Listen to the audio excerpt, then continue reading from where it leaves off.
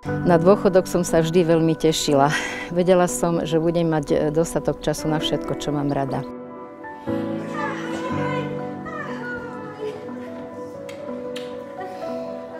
Stretnutia s rodinou, hry s vnúčatami, prechádzky v prírode, čítanie kníh. To všetko som si veľmi užívala. Potom však prišlo zhoršenie zraku, no myslela som si, že v mojom veku je to prirodzené. Dala som si zmeniť preto dioptrie. To však úplne nepomohlo. Najprv som si všimla, že neviem zaostriť, ako keby som pozerala cez matné sklo. Neskôr som spozorovala, že čiary, ktoré boli predtým rovné, sa zdali akoby zvlnené. Alebo som občas mala pocit, že farby stratili sítosť.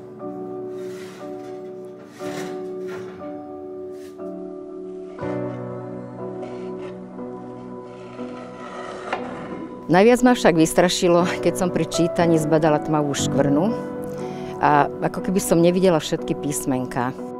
Okamžite som sa objednala k očnému lekárovi, ktorý mi oznámil, že mám vekom podmienenú degeneráciu makuly.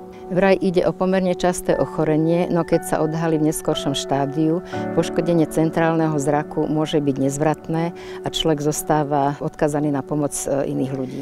To bol bohužiaľ aj môj prípad. Ak by som ho vraj vyhľadala skôr, vďaka dostupnej starostlivosti by sa môj zrak stabilizoval, či možno dokonca aj výrazne zlepšil. Chcela by som preto všetkých vyzvať, prosím, nepodceňujte svoje zdravie, absolvujte preventívne prehliadky u svojich lekárov, pretože ani zrak nie je samozrejmosťou.